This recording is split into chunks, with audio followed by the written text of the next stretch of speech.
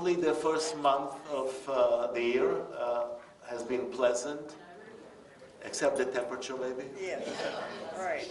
Even that was not so beautiful.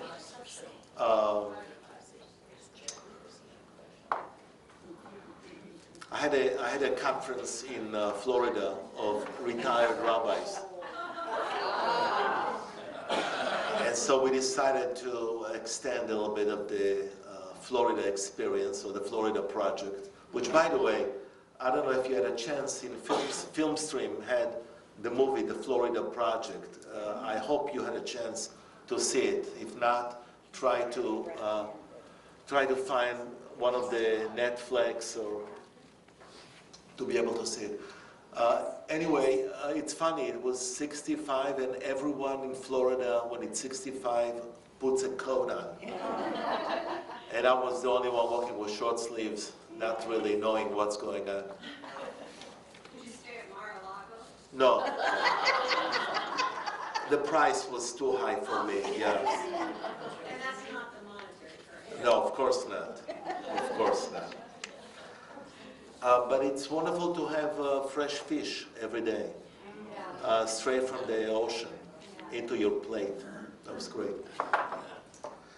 Wonderful. So just to remind you where we are and what I'm doing and what we are studying, we're going to go back now into different Torah portions. Remember that the Torah, the 5 books assigned to Moses, are divided into chapters. They were not divided there at the beginning when the Torah was written. They were divided by rabbis in consequence, in years that came after, and they divided them according to how they envisioned or saw or understood the topic of the Torah portion. And by the way, if I had a chance, if there was permission given to me to divide the Torah into different Torah portions, I'm sure there will be different kind of division taking place. Because sometimes you ask yourself the question, what is this paragraph doing in this Torah portion? Just because it's written one after the other doesn't mean that it makes sense to keep it here and not in different chapter. But no one asks my permission or my opinion, so we leave it the way it is. So today the Torah portion is Shlach Lecha.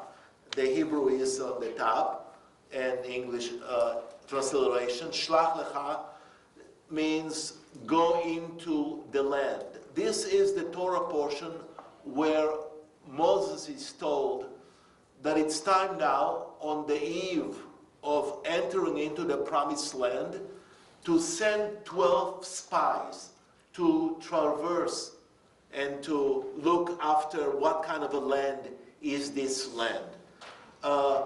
God, of course, is capable of moving the people by making promises that it's a land of milk and honey. But there are no witnesses that saw this actually. So I think finally God understands, in order to convince these ex-slave people that it's for real, I better get some testimonies from people that are going to visit the land. And he sends, Moses sends the chieftains of each tribe, respected people, to go to the promised land. Who knows the rest of the story? Yeah, that's the rest of the story. A song. But what happened? Who remembers what happens? So the 12 people go into the land, and they come back and give a report to the people who are eager to hear what kind of a land it is. And some of the testimony is milk and honey, but 10 out of the 12 are coming with the exact report of all of the 12, except that they are introducing fear into their report by suggesting that the people there are giants, and the people there are people that we cannot conquer, and the cities are all surrounded with walls, and there's no way we can really enter. So the report is so bad and overwhelming that the people break into tears and cry and sobbing, and actually it was a disaster. Two of the spies, one of them is Joshua, the son of Nun, and the other one, his name was Caleb, the son of Jephunneh. They are the only one from the 12 spies that are suggesting we can do it. They are full of energy, full of hope, full of faith in God and in themselves. And by the way, those are the only two people that actually make it into the promised land. So from all of the 600, what? You've got to believe if you want You've got to believe in order to be able to enter. Beautiful. So from all the people that left Egypt, only two made it to the promised land. Joshua, of course, became the disciple of Moses. He inherited the leadership from Moses. And Caleb, also because of his faith and hope, was also the one that made it. That's all. So what do you think about the project of the Exodus from Egypt? It was lousy. It didn't work. To think about sometimes when we have those kind of assignments and those kind of journeys in our lives, many of us sometimes stumble a few times before we get to where we need to get. We made it barely. We are making it barely. We crawl, we climb, we scratch. We go through a complete transformation. And some of us are capable of going behind the closed door, and some of us stay on this side of the door. So I'm bringing this Torah portion because there's a lot to learn here, spiritually, mystically, about what this Torah portion is. This Torah portion is not about just 12 people traversing a new land. This Torah portion is about us. And that's how we read the Torah portion. Yeah, you can leave it in the strata, in the notion of, yeah, it's a story in the Bible to talk about the promised land, but it's also about each person's journey to whatever promised land we think we are walking into. The promised land in the Bible, it's about the land of Israel. A promised land for us is what? Different. Every one of us has a different definition of what a promised land is for us. How many of us are there? How many of us are there? Wow. None of us is there? Yeah.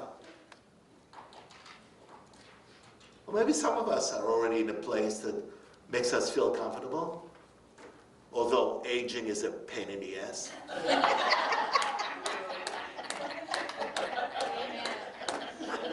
But even aging can be a place that we go and we find a way to make it as comfortable, as productive, as full of quality, a different quality, but it's there. We need to get to that land. There's no escape. Sooner or later, we all are there. And I'm sensing it now for myself. Although retirement, by the way, retirement is a beautiful promised land. It's so sweet. But it comes with other issues.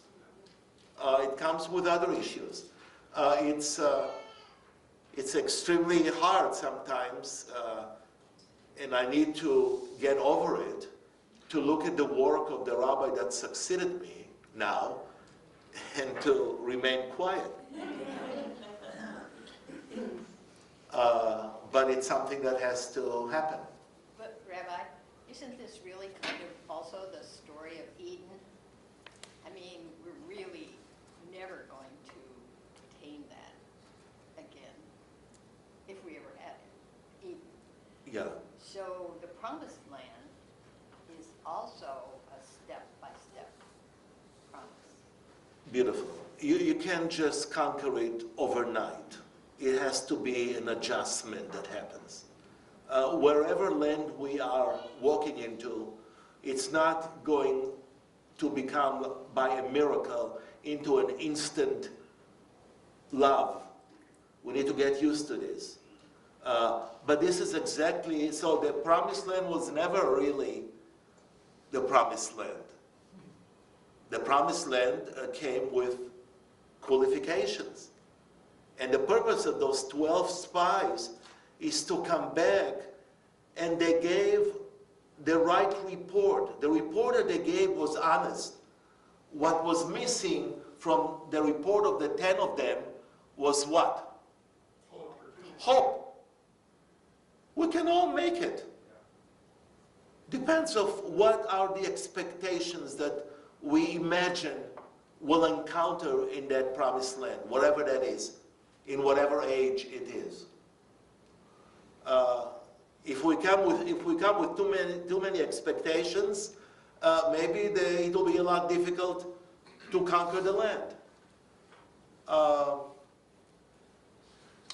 So I'm going to ask again, are you guys in the right place at this moment in your life? Yes. More or less. Okay, that's a good answer. Yes.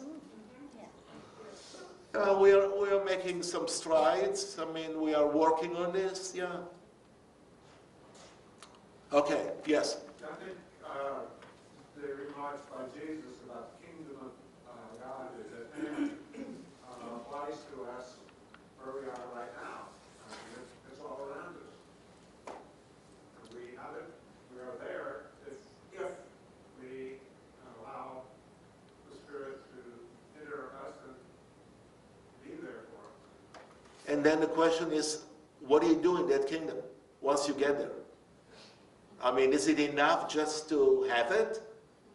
What is the responsibility of the person that is there and understands it in order to fix parts of the kingdom? The kingdom is here. Is it perfect? Who is responsible to make it perfect? I mean, this is our responsibility, our work. And that's how it has to be viewed, I think. Okay, so let's read the text itself. The text is from the book of Numbers. That's where the story is. The book of Numbers, chapter 13, verses 27 to 28, and verse 30. So who would like to read the verse? Yeah, please. They spoke to him, saying, "We came into the land where you sent us." Okay, so they are the spies, spoke to Moses, saying to him, Moses in a way had a premonition that I better hear first the report before they go to the people to tell the report. Smart move on the part of the leader. Don't send for immediate report. Just try to listen first. Go on. It indeed flows with milk and honey, and this is its fruit. But the people dwell. Okay, here's the first mistake. But, indeed it flows with milk and honey, but, anytime you hear the word but, get ready to hear a completely negative continuation, okay? But the people dwelling there is strong. But Caleb silenced the people for Moses, saying, "We will indeed go up and inherit it, for we are able." Wow, that's it. So Caleb and Joshua are the one that are coming with, you know what, we can make it. We can make it. By the way, what would be a better word to substitute the but with? However, or and, therefore, but in Hebrew it's but.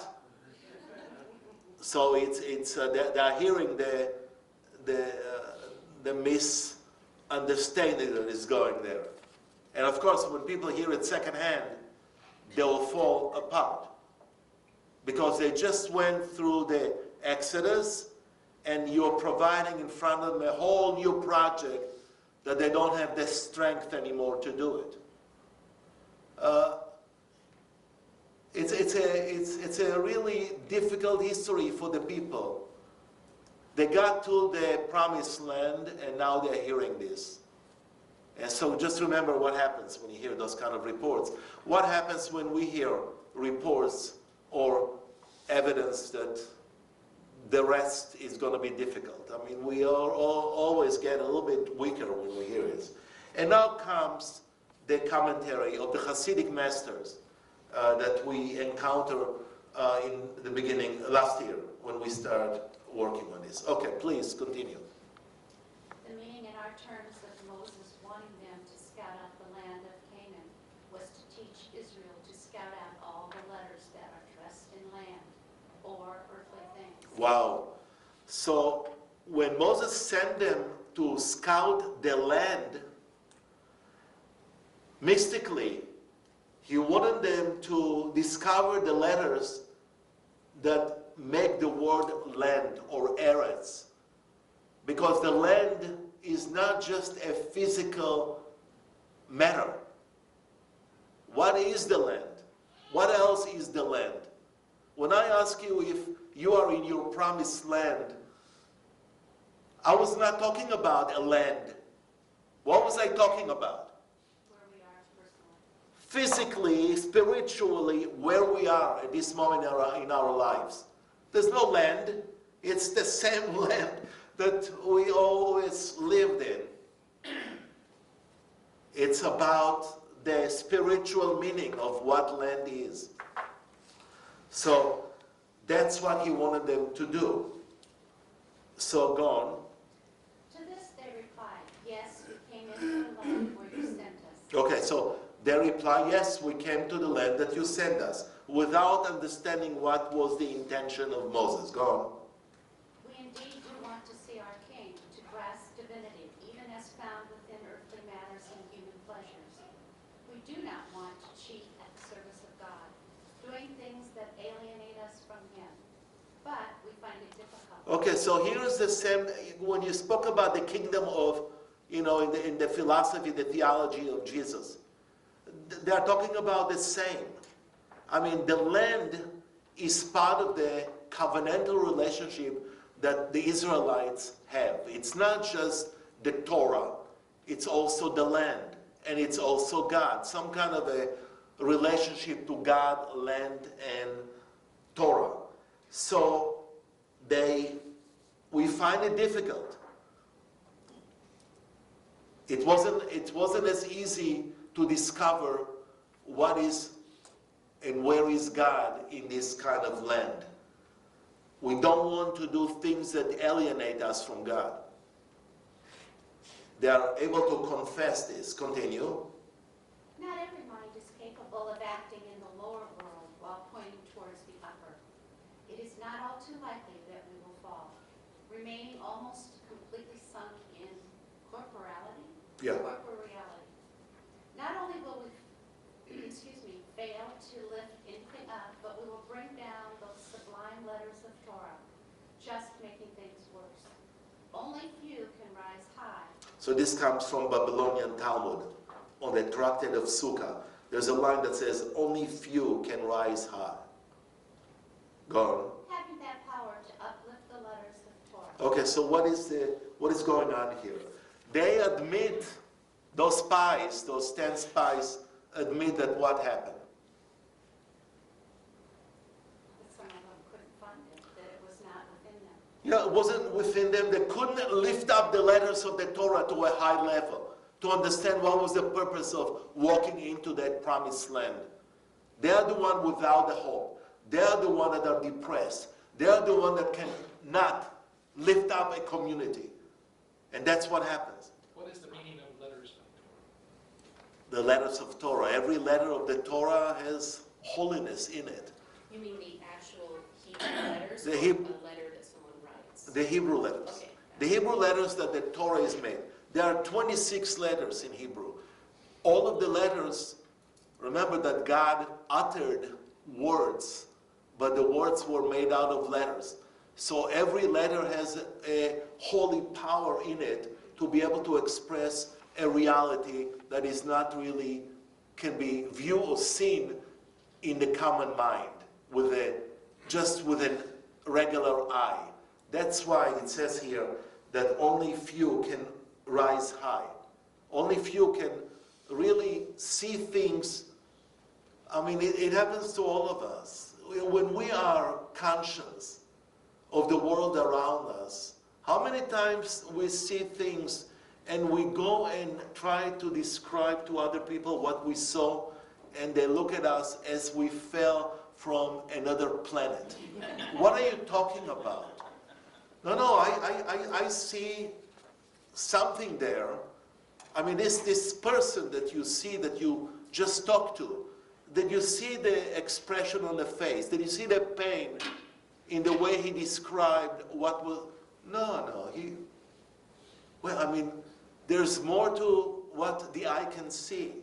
And we have to train ourselves constantly to be able to see and to lift letters and words and images to a higher level, to be able to understand that this world is a lot more than what we see.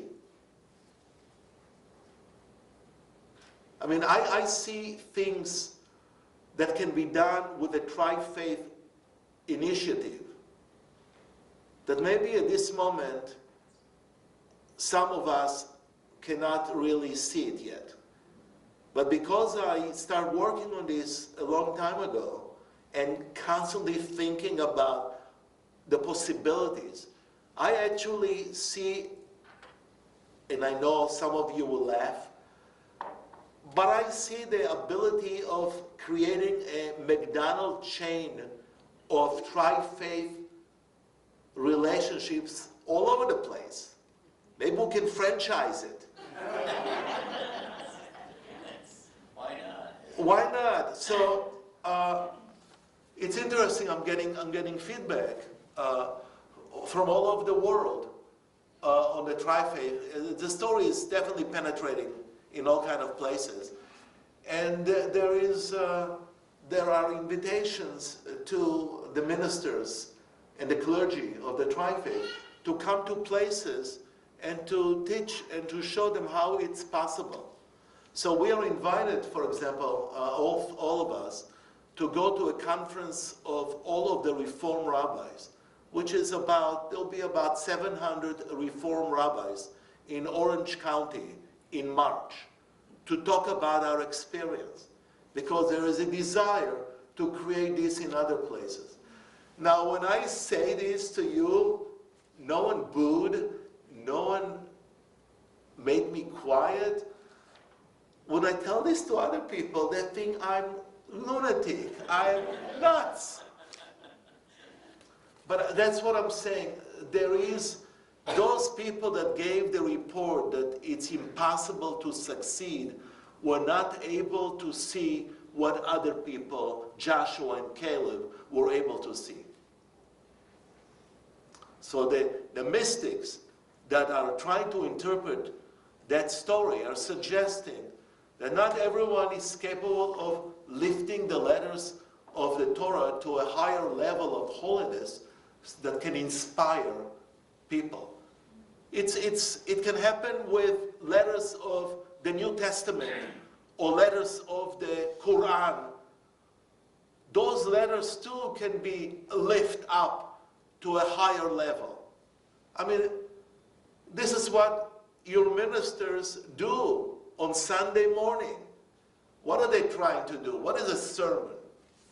Sermon is basically the ability of looking at the words of the text, and it doesn't matter what text. I'm talking about holy, sacred text to all of our religions. And those letters and those words can be lifted to be able to conceive a reality in 2018. I almost said 17. I'm still there. Do you still write your checks with 17 and then you erase it? But this is exactly what is the purpose of the work, I think, of clergy, to be able to lift up those words and those letters and to be able to show them to your hearts. And hopefully those hearts are open to understand realities beyond realities, world beyond worlds. This was exactly what you did all those years, wasn't it? I'm talking to you. Yeah, I'm sorry. This is what you did for years. Oh, yes. Yes, That was the purpose of our work, wasn't it? yes. Definitely. Yeah. And this is also the purpose of any kind of scripture study. What's the purpose of the study if you don't play with the letters and you don't throw them up in the air and make them different, still keeping authentic and being close as possible to the text, but allowing people to take them and make them their own. If the text is not made mine by the learner, by the person who study, then what is the purpose of the text? Those texts should not be a piece in museums behind glass display. They have to be brought out. They have to be constantly brought out. So this is what they see in this text. Okay, the next reader, please, on the bottom. Yes. Oh, I have a question, Rabbi. please. Okay. So Moses says to these spies that they're going into the promised land. He sends them for a mission, yeah. And they come back and they say, this is the land of milk and honey. But, okay, my common sense understanding of that, of the promised land and the land of milk and honey, is that it's a place where there are no problems and there are no struggles. Right? And so when you asked earlier, are we in the promised land? I'm in a really good place in my life. But And I have problems. okay, yeah. So Which part of me can look at what these spies are saying and beautiful, relate to it easily. beautiful, You know? beautiful, beautiful. So Yeah. what does it mean? I mean, what did Moses mean when he said the promised land? Well, I mean, it's not what Moses.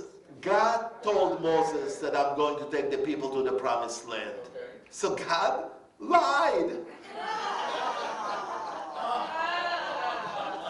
God lied. How else I'm going to bring them? For them, Egypt was the promised land. Because in Egypt they had schedule. They knew they're getting tomatoes for lunch. Everything was arranged for them. It was a life of slavery. So they're Easy in some ways. easy in some way because they didn't have to worry about Right. things. They had to worry about the hard work. So it wasn't easy. It was a very difficult time. So they are, and I think it's a beautiful way to lie to them and say, I'm going to take you away from here to a promised land, milk and honey.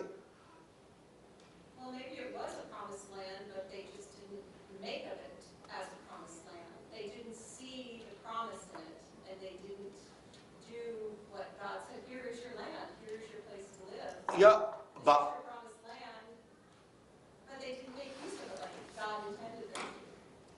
yeah, but we're talking also about, for example, in 2018, it is a promised land in a way because without the state of Israel, Jews will still be exiled from different countries. So there is finally a land, a promised land. I mean, so you're taking it generations later. There was no other place for Jews to have a land because of the relationship, biblical relationship to the promised land, except that what? It's in the Middle East. Surrounded by 500 million Muslims. I mean, God is the best comedian. I think God is better than Woody Allen. I mean, I'm going to take you to a promised land, and you're going to be 8 million Jews living among 500 Muslims, and many of those Muslims really want to destroy you. That doesn't sound very good to me. Milk and honey. Yeah, that doesn't sound, But you know what? It sounds better than crematorium. that's true. So, I mean, so in a way, maybe it is a promise. Where would, you know that there were different attempts in Jewish history to settle Jews in other places. For example, one was Uganda. Can you imagine a Jewish state in Uganda? It's a shithole, as the president says. Sorry. The other option was Birobidzhan, a place in Russia, Birobidzhan, for all the Jews to settle. And there were attempts. There was also a plan to settle them in South America, in Argentina, and also a plan to settle them around New York. Not in New York itself, the city, which is settled by so many Jews and so many bagels anyway. But there were different attempts, but it never worked because there was no biblical connection to those places. Because the Jews for 4,000 years pray toward east, toward Jerusalem. I mean, you can't suddenly say to the Jews, pray toward Uganda. It didn't make sense. That's why all of those plans failed. And so, it is still a promised land. The question is, what do you do? How do you make it into a land of promise? Sometimes it's very hard to do, especially when you have wars and you have difficulties, or when you occupy a nation of Palestinians. I mean, there is corruption in occupation. Occupation is already 50 years there. If you start from the Six-Day War, some Palestinians, definitely the imam that I am in conversation with, think that the occupation started when Jews moved there. So we have a lot of work to do.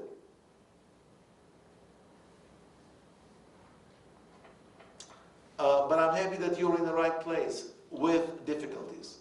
Yes? Since we all worship the same God, Yeah. Isn't God also asking the Muslims, how do you make this the promised land? There's 500 million of you and there's 8 million Jews. How do you, I mean, it seems like it goes both ways. Yeah, and I hope some Muslims are engaged in that conversation with God. God, I hope so. I'm not sure. That's why we're doing it in Omaha. I mean, I don't know if something like this can be created there. There are a lot of conversation between Palestinians and Jews taking place in order to get to that place. And God willing, they will do it. We're trying to do it here in Omaha because we are here. We are here. This is, in a way, for me, and this is a dilemma because for me, Omaha, Nebraska is my promised land. So I have one promised land 8,000 miles away and one here. What do you do with this? I still have my mother in Israel. And so there's all those issues.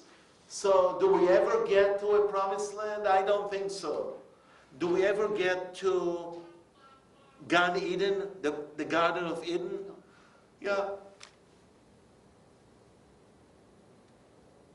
It's there. It's there maybe as a concept, as something that we need to thrive and try to get there. But do we ever get there?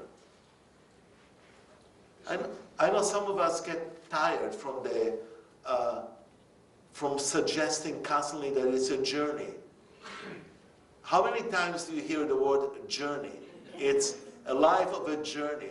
Okay, when are we getting to the end? I'm tired of this journey. Why would someone So one way to live with this is exactly this philosophy, which is we're never going to get there. Is our life, assuming that we are never going to get there, and having this truth built inside our life, is it going to be a journey with less anxieties, or should we continue to believe that we'll get there? And then we're full with trepidations and worries about this. So when you spoke about Jesus and the kingdom of God, are we going to get there? I'm asking you as a Christian. Are we there? No, I think that Why aren't we there already? because we're imperfect. Okay. Yes, I saw your hand. Well, in my line of work, probably the most famous book that addresses mental health issues is, the title of the book is I Never Promised You a Rose Garden. Yeah. Yeah. So you were taking exactly this conversation into mental health.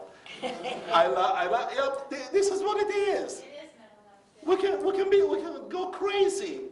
We're trying to reach Eden and never get there. And every day is a journey. And every day is a journey. And we're so exhausted from the journey. Every day is a journey. That's why it's so important at the end of the day to take account of what the day was all about. What did I do today to enhance the journey? What am I doing tomorrow to make the journey more palatable? More, I need other words, more fruitful, more possible, satisfying, less painful, less injury. I mean, there are some days that at the end of the day, we are full of pain, and it's not the physical pain. It's the emotional, the mental. How do we survive that day? So you see what happened from a little text in the Bible about a journey, a spying mission by 12 people, and how this spying mission created a whole conversation in the room about our lives. That's how scriptures has to be explored. There's no purpose in reading the scripture for the sake of reading scriptures if you don't go deep inside the muck, the mud, the difficulty, the letters, understanding the letters, putting the words together and see how they affect us. And we only read 12 lines. Yes? What did it mean then, and what does it mean to us now? Beautiful. Why should I even read scriptures? Who cares about those people? What they have to do with my life? It's the same. It's exactly the same. Absolutely. And if I wanted to write scriptures, why would I put all the difficulties? If I want to keep a religion, why would I write such a downtrodden scripture? Why would I write something happy, uplifting, great? The Torah is about broken people like us. The Jewish scriptures and the Christian scriptures and the Muslim scriptures are about us, about imperfection. So, Rabbi, why is it 2 out of 12 instead of 10 out of 12? Because usually it's 10 out of 12. I mean, Because there's a lot more pessimism than optimism. and what's our lesson from that? What's the lesson is to kick ourselves in the butt and move on with our lives and make our life exciting and richer, invigorating. Our lesson is to be like the 2, not like the 10. Because the 2 finally got to the promised land. Why those 2? There were 600,000 people that left Egypt. Only 2 made it. This is our chance. This is the same chance we have to get to the promised land. I hope not. I hope many more than 2 people in this room will make it. I hope all of us will make it. Yeah. This is an aside, but you don't really believe 600,000 left Egypt, do you? I What? mean, Why not? because. This is easy to believe. Because Egypt was an amazing empire that employed so many slaves. So maybe it was 1 million. I know that a lot more people joined the Israelites because it says that a riffraff joined them. So I know that there are more than 600,000. There was a rebellion. We know from archaeological digs that Egypt occupied an armies of slaves. And Egypt fell as a kingdom. This is the easy part. I believe okay, so maybe 1.5 million left. Who knows? Is this the issue? You see, the story is not about the 600,000, it's about the 2. That's the story. The story is about the 2. And how come those 2 people had enough of strength inside to give a report that was bad, but they were able to finesse it and put faith in it and hope in it and optimism. We can do it. That's the story. So do you, Yes. Who else? I think that, Oh. I think that is reflected in the discussion and in the decisions to go forward with this church as a part of the tri-faith. I mean, there were those that said, no, we need to stay put. We shouldn't take a risk. And then obviously a large majority said it's worth the risk. Yeah. Which I give you a lot more credit than what happened at the temple. Because we went in search for a location because we wanted to build a synagogue.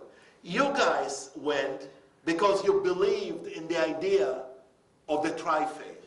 So your level is definitely higher in the level of how we started.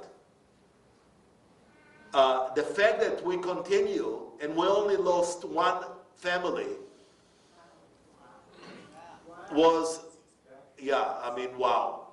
Yeah, I mean, it's, and believe me, I spent many days with that family. And they have absolutely the right argumentation, you know. And you get to a point when you stop arguing, you know. I think one has to be open to the possibility of hearing the Spirit when the Spirit speaks. And You have to be always open. There has to be an openness Yeah. to hear the Spirit when He speaks. And the question is, what closes the door? How come it's not always open?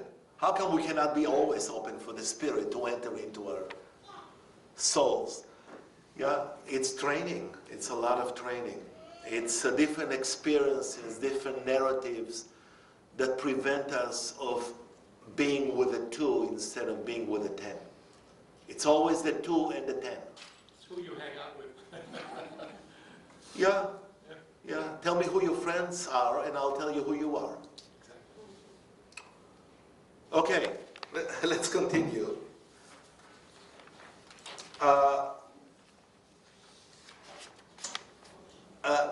Let's continue with the bottom from I heard the Megan.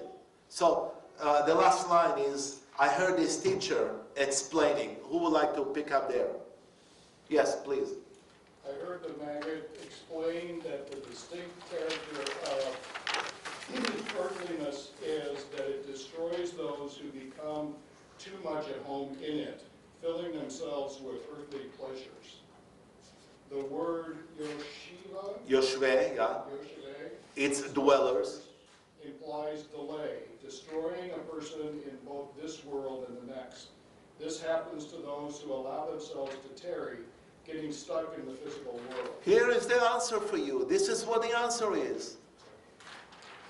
It's how much of earth is inside of us and how much of the spirit is inside of us. It's earth versus the spirit. I mean, look how earthly we are. It's impossible to fly when you're stuck down in this earth. And some of us are stuck. We are after earthly pleasures, are after earthly pursuits, and it doesn't allow us to fly. Yeah. So the two were looking to the future, and they were willing to fly while the rest were Stuck. We're happy where we are. Exactly. We aren't enslaved anymore. Everything's fine. We'll just stay with this. Yeah, beautiful. Even in the desert, even in the heat of 100 degrees, the desert is much better. The earth of the desert is much better than the place of the promised land. Totally. We are used to this. Why would I move to a new location? I have a great building. We are here. We have a pulpit. We have great clergy. Why? Why to move? Well, sometimes the answer is why not? Yes. It strikes me that what we're talking about with the two is it's more than optimism versus pessimism. It's willingness to take risks. Totally. Yeah.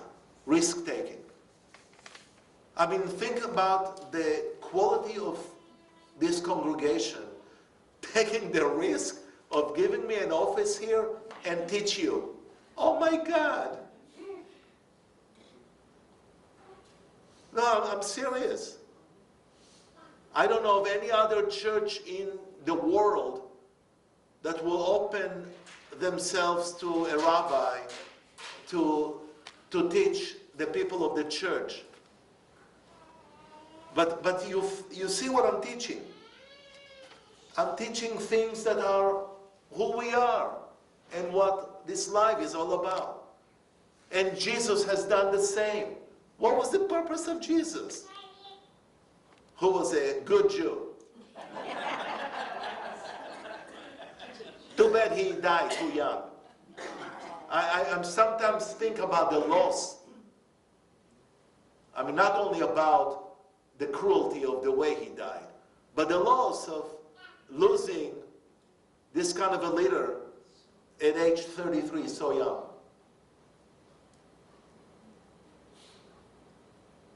And the same is true about other teachers. So, earthliness that destroys those who become too much at home with it. That's why it's so important at night sometimes, even in a cold January in Nebraska, to go out and look at the stars. We need to put in our monthly schedule, purposefully, moments with a lack of earth. Spiritual moments. When you plan your calendar in advance, who plans calendar in advance? Those days come and, they are gone and the night is here. But I think it's important in preparing us for the journey to reach Eden, to purposefully put those moments where we can separate, we can lift our heels, even if it starts with just lifting the heels from the earth. You start with small steps in order to be able to accept the separation. Because sooner or later we're all going to be buried in earth. Why do we want to be there now? What's the purpose? What's the purpose? And so I think it's important to create those moments. So now comes Caleb. I'm looking for the next reader. But Caleb silenced the people for Moses, saying, "We will indeed go up and inherit it, for we are able." will go up. You see, go up.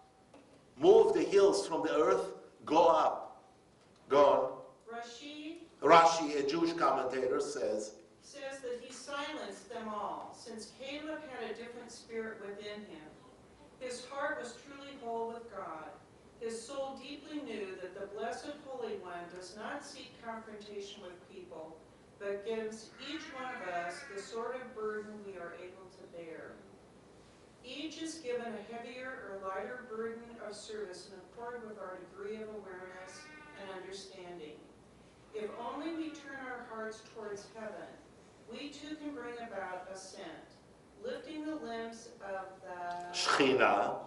That's another name for the feminine presence of God in the world, to her elevated home. Okay, what is he saying here?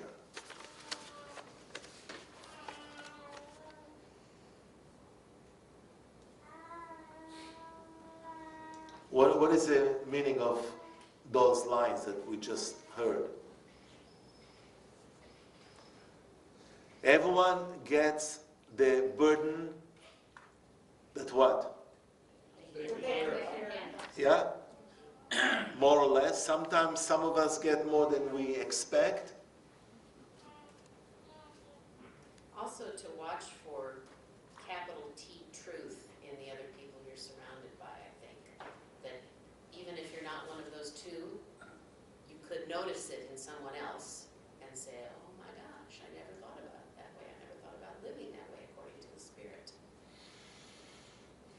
You look like I'm not making any sense. No, you're making a lot of sense.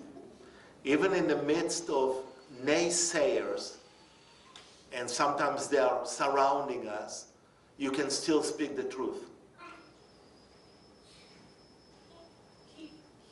He's saying, too, that it's our degree of awareness and understanding. Yeah, we come up with different degrees of awareness. That's what we talked about. The issue is how to sharpen our ability for a heightened awareness. But that's a work we need to do by ourselves. We can only depend on other people to do it for us. We need to be able to be an active participant in bringing a higher level of awareness of what's happening around us. We need to open our eyes constantly. Eyes. A symbol, it's the heart, it's who we are.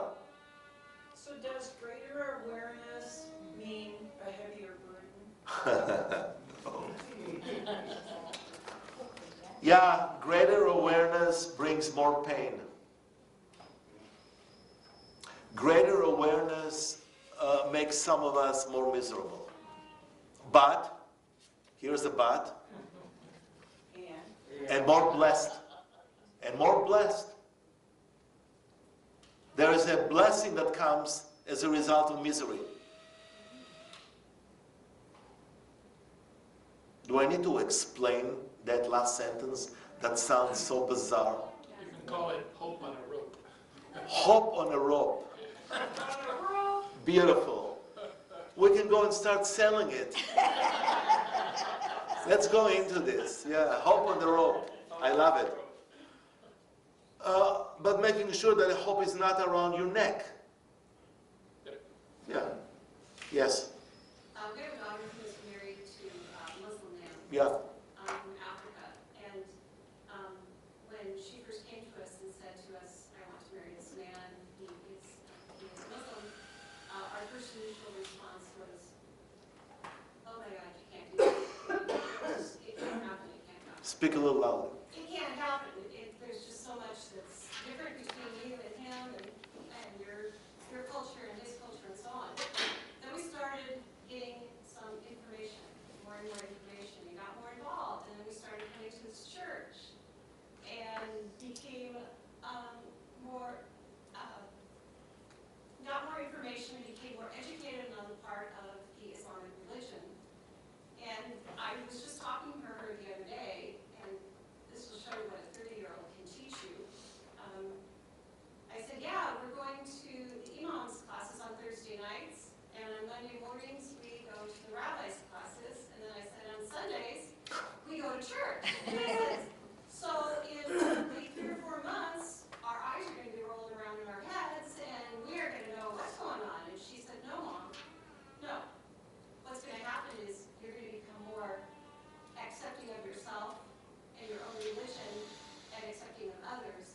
and more relaxed, more comfortable in life. Beautiful, beautiful. So, yeah. What a heavy schedule. Monday the rabbi, Thursday the imam, Sunday the minister. I love it. What a schedule. Yeah, those are all openings. Those are all openings. Those are all channels to who we become. Has to be kept open, always open. But you have to be willing to take the step. Because if you aren't willing to take the step, you're never going to go anywhere. Yeah, you have to become part of the 2 instead of part of the 10. That's it. Yeah. I have a question for you. So the word awareness, we're talking about sort of awareness, as we initially read that before we had the discussion, I was interpreting awareness as connectedness, actually. So connectedness, I thought of awareness as connectedness to God specifically. To the world of God. God, in Judaism, it's the world where God dwells in. So keep opening ourselves and having awareness is to our surroundings, to this great, magnificent world that is where we are. And that's where you find God. Someone defined God as, God exists in the space between 2 people studying a text. That's where God is. God is always in a room where scriptures is being talked about. Because the scriptures are also a place where God dwells. That's why the lifting of the letters. Those letters is where God is. And the combinations of the letters we create, the conversation we have. How much of the conversation that we have in our life is about earthly things, and how much is it about spiritual, upper worlds? 99.9 about earthly and 0.1 about spiritual. And it has to be reversed. It has to be reversed. Totally. And we come for, when you come for confessional or you come for the high holidays, most of the transgressions we commit are transgressions through words. God is very happy with us, I have to tell you. Here's the good news. God is extremely happy with us. God is not happy about our conversations, about the words we utter, that we send like arrows that we cannot retrieve. I told you the story about the man who came to the rabbi because no one in the community was talking to him. And the rabbi said, bring me a pillow. And so he brought him a pillow. The rabbi opened the pillow and said, take now the feathers and put them on the doorsteps of everyone that you utter terrible words against them in the community. After half an hour, the man came, so happy. I finished. Now the rabbi said to him, go pick them up now. He never came back to the rabbi because he never found the feathers. They disappear in the wind. It's easy to throw the words. It's a lot harder to collect them. And that's a great lesson. Let's continue, please. Let's continue with the paragraph.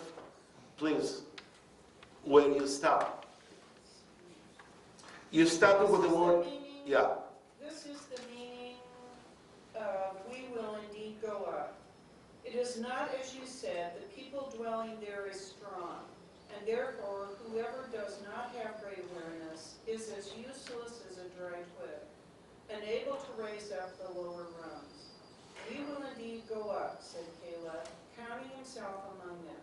Each of us on our own level can raise up the Shechina. We will indeed go up and inherit her. Her. Can you say that again? You know, will inherit her. Okay. The word is inherit, and then the commentary is her, ota, gone. We will act as one person, together inheriting Otah, the letter? Hey. Hey. Shechina. The letter Hey, here's back to the letters. There's a letter in Hebrew. It's the 5th letter of the alphabet, Hey, which is a reference to the Shechina, the feminine present, to God.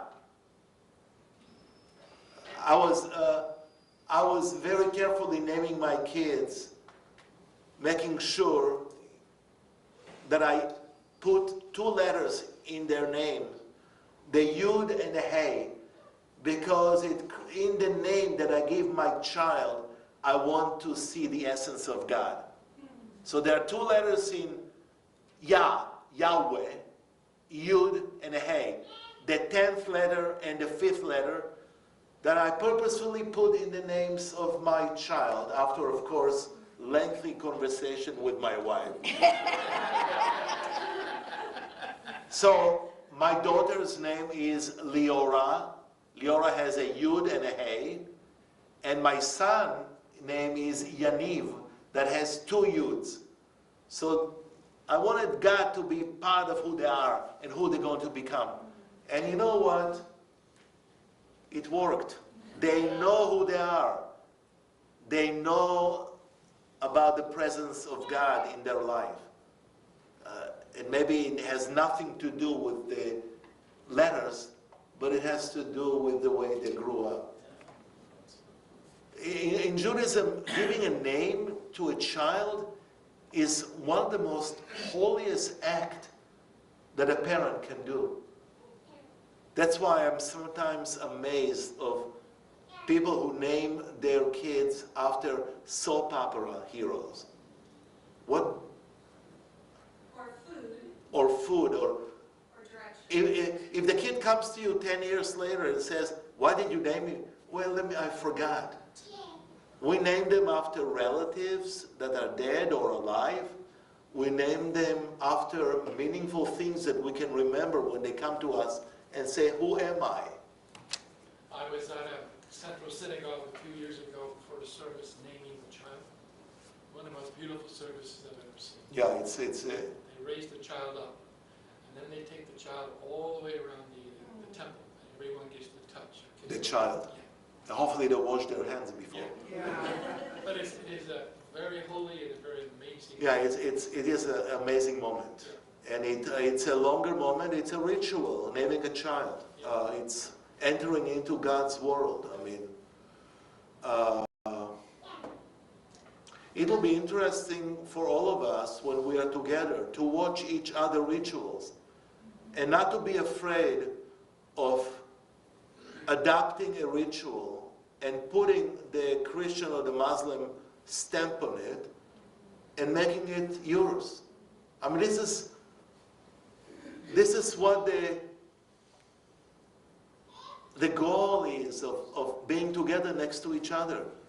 I mean, I have seen rituals in this church that I'm envy and so interesting in exploring.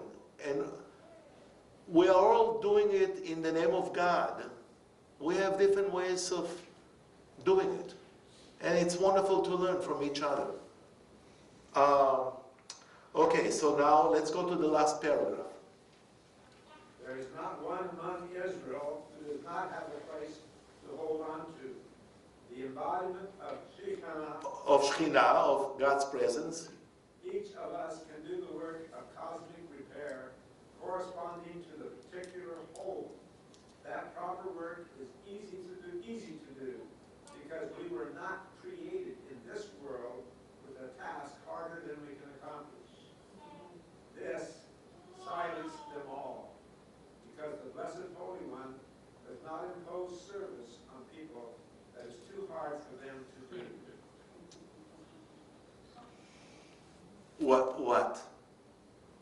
What you're laughing about? I mean, I want to hear I want to understand your. This is just so amazing, you have to laugh at it. It is just so amazing. It's beautiful. Yes, but it's still amazing. It is amazing. You're right. What is he saying here? So the reason why the kingdom of Jesus or the kingdom of God is not finished is because each of us has a role to play in repairing it. We need to accept the notion that the world was created incomplete. That's why we are here. Why are we here?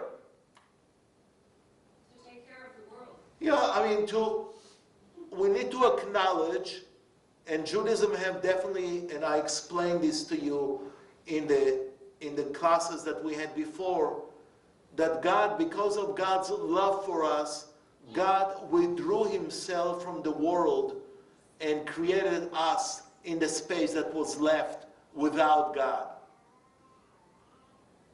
And our job is to repair that light, to be able to bring the light that was moved from the space that we were created.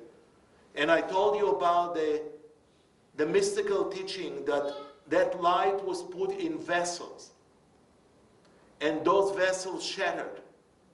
And this world of ours is full of shards and of sparks of light. And our job in this world is to try to separate the light from the shards and to bring the light back to the world. What a great story. Even if it never happened, who cares? I want to be busy in this world in bringing light back to the world. The shards are this earthly existence. We're stuck in the shards. We don't belong to the shards. But those shards have in them light points. Oh, I sound like the first Bush. You remember the collecting light? Remember the first Bush? Yeah, he was like a mystic. He didn't know anything about it, but it came nice. By the way, did you see the second Bush on Saturday Night Live? Oh, wonderful piece. Go on YouTube and find it. It was funny. We were not created in this world with a task harder than we can accomplish. Please don't tell me it's hard to be a human being. Jews usually used to say, oh, it's so hard to be Jewish. Yeah, there were times that it was hard, but I don't want to hear this sentence. I gave a sermon one time. If I hear one more time from you, living in Omaha, Nebraska, that it's hard to be Jewish, I will shoot you. What's so hard to be Jewish here? I mean, Passover, yeah, it's hard. Sometimes you don't find all the food necessary for Passover. So we have to order it from Amazon. Big deal. So it comes a day later. I mean, small towns, you know, it's hard sometimes in small towns with no synagogues and no community to be Jewish. But, I mean, compared to Jewish history, are you telling me it's hard to be Jewish now? Is it hard to be Christian? What is it hard to be Christian? Well, or a Muslim? Okay. Yeah, Muslim it's hard. They are not making it yet because we are not allowing them to make it. But tell me the difficulty of being Christian in America. oh, I was just going to compare it with being Jewish in the sense, if you live in a small town, Yeah. Jewish people have this wonderful family. So they should not live in small town. They should get the hell out of there. No, I don't even mean that. Yeah. I mean, you have Friday night where the family gathers Yeah. together and you celebrate a religious and spiritual experience. Christians who live in small towns and there's not a church that speaks to them have it harder because they have no family. So they should fire the minister and hire someone that speaks to them. Oh, no, they like who speaks to them. That's the problem. The imam talks about the Southern Baptists a lot because he came from Atlanta. I know. Well, the Southern Baptists like it that way, but I wouldn't. Yeah, I mean, I have to tell you that it's in evangelical world, it's hard to be Christian now. Yes, thank you. That's absolutely true. I think Christianity is losing. And I think we need to figure out how to strengthen Christianity when evangelical Christianity exists. It's something that we need to think about what to do. And maybe the tri-faith can be an answer to strengthen each other religion to be able to face those kind of things.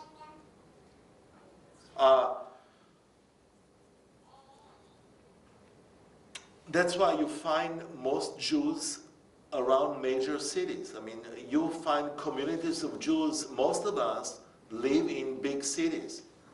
We are in New York, we're in Chicago, we are in Cleveland, we are in Omaha. Omaha has 6,000, 7,000 Jews. It's extremely hard to be a Jew in outstate Nebraska someplace where Jewish services are not existent. There's no place. And, you know, I know this because many times I travel 6-7 hours to do a funeral of a Jew in a place in Nebraska because there was no other way of offering services.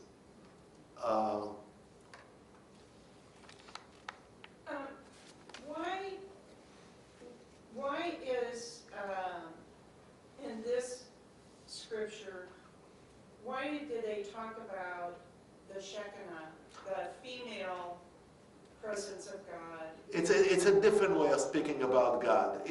There's no difference between Shekhinah and God, except that Shekhinah was a concept that was used because there was something warm and cuddly in that phrase. But it's the same. We have one God.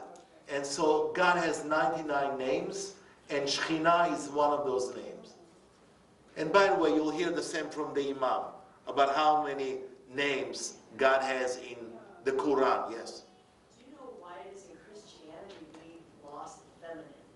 It's all, God is very masculine in Christianity. There's only masculine. Although you have the cult of Mary, you have definitely churches, and I think maybe there are more in South America, that the Mary is a central part of the worship. But that's a good question to ask you. Why? So you don't hear at all ever in this church feminine? Well, okay, I'm speaking from my Lutheran upbringing, perhaps. So I wouldn't put that on this church. Okay. I'm speaking more Christianity in general, and I grew up Missouri Synod Lutheran. So Look at the response you got. Ooh, ooh, ooh. So that's more where that. Welcome home. Welcome home. The promised land. I think it's changed. The promised land. Your promised land. I think it's changed a lot in every denomination because we have a son-in-law who's a Lutheran pastor, and he is at the SDA, not Missouri Synod. And it has changed. It has changed, I think, with the younger generation. It's because of you, because of women. Yes. The women are the one that brought the change. And women in the Lutheran Church, the ELCA, now have a bigger voice than they did. Absolutely. Just as women in the Presbyterian. And in Judaism. And in Judaism. I mean, those expressions definitely are coming from a world that wants to address God in not only in a male, masculine metaphors. Yeah. Okay. Thank you for the readers. Let's go to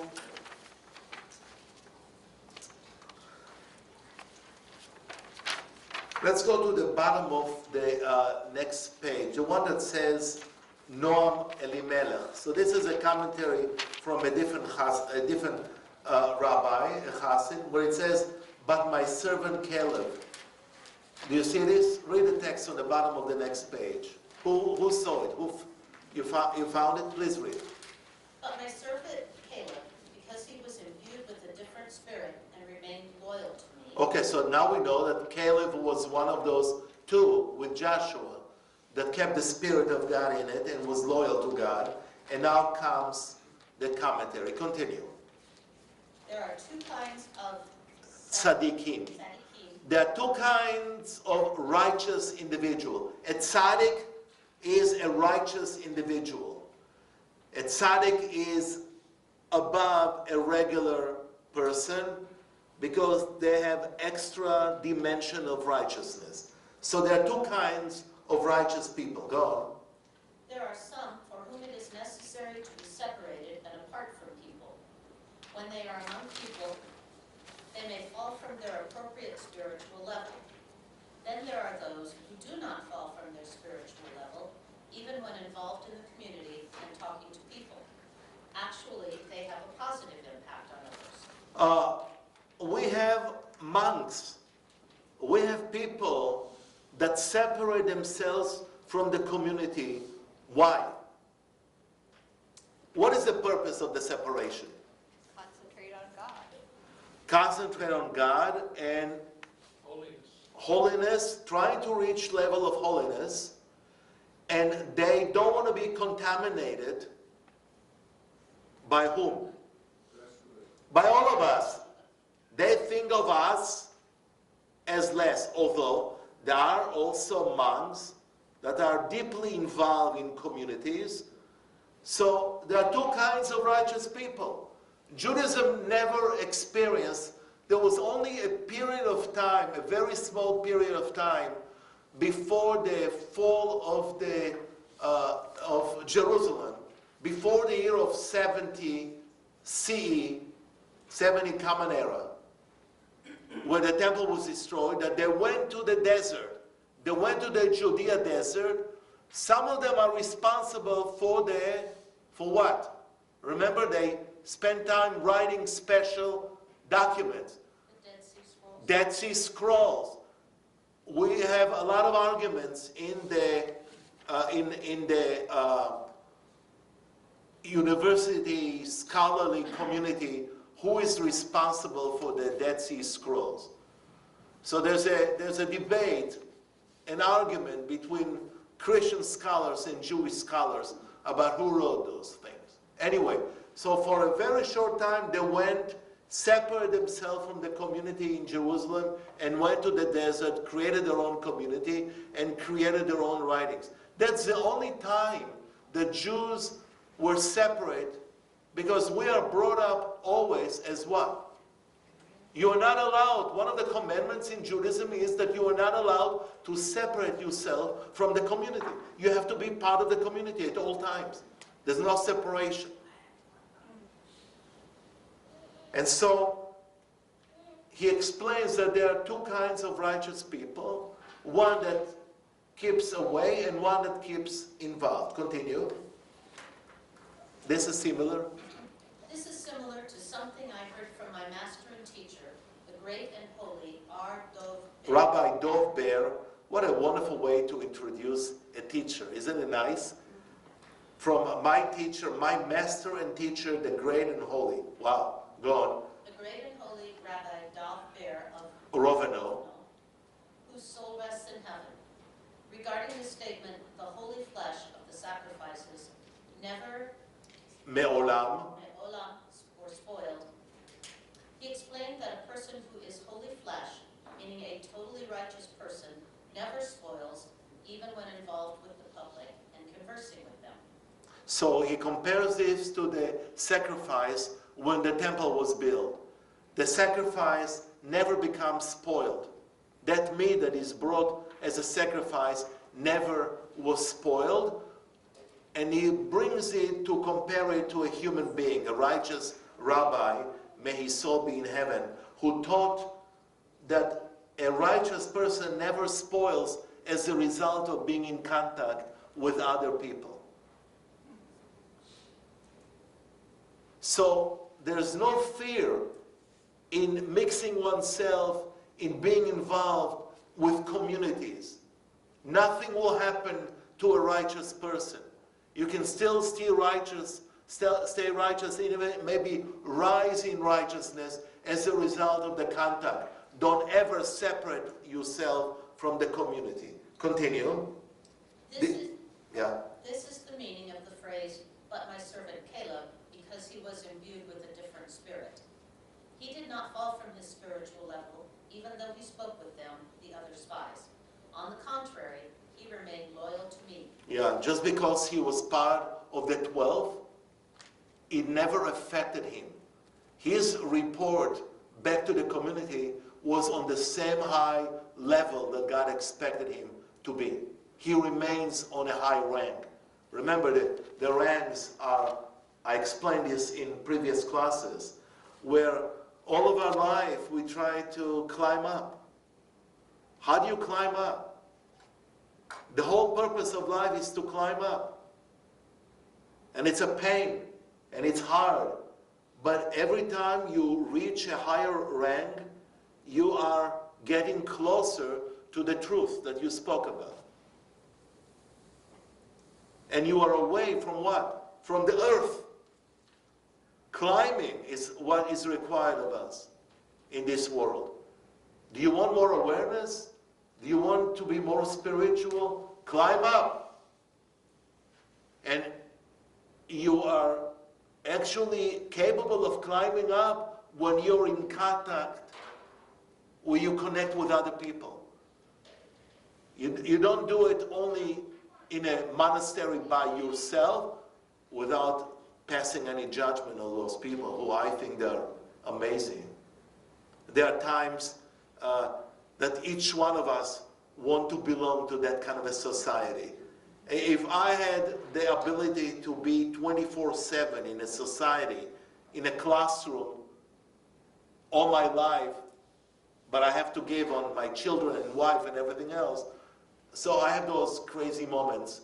They don't happen all the time, but I think each one of us, from time to time, imagine us being imbued, being planted in a society with people that are constantly involved in spiritual search. But for some of us, it's impossible. Yes? Does Judaism have a monk equivalent? No, we don't. We don't because it's forbidden for us. Because you have to be in the community. You have to be, you cannot separate yourself from the community. Any questions? I think we did a lot of material for one morning. But again, I want to make sure that you understand how we got there.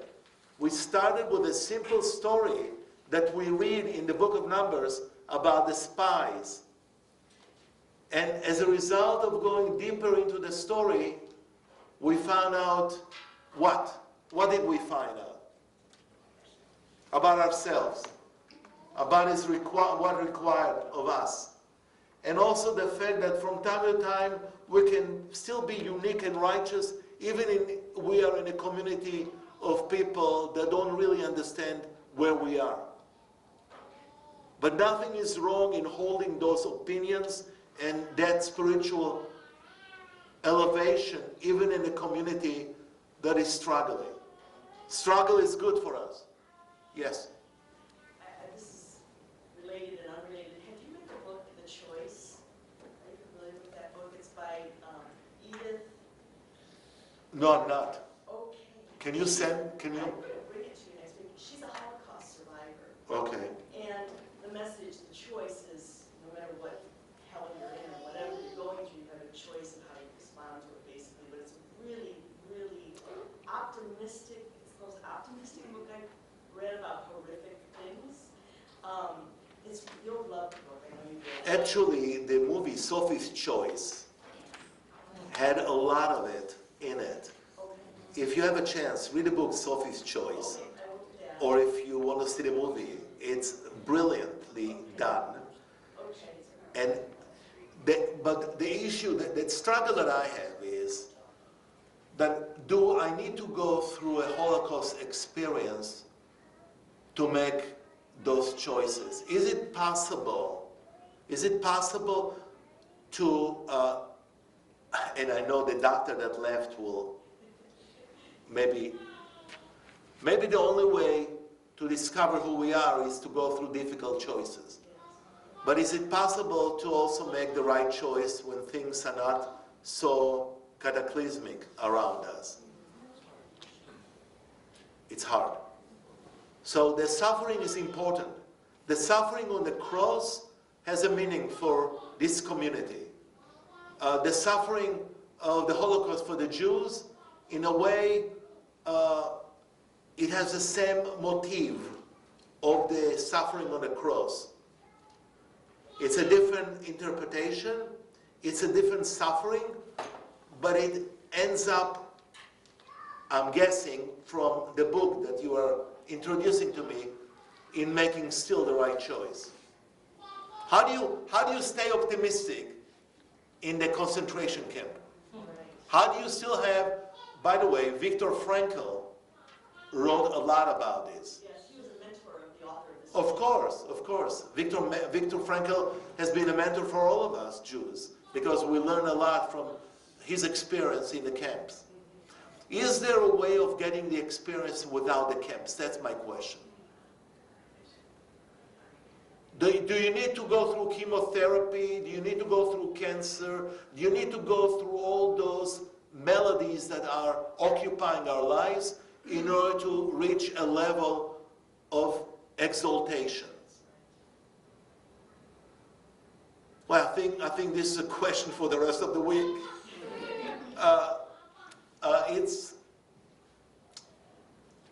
This is the life we have. The Apostle Paul has an interesting statement here. He said, we have this gift in clay jars.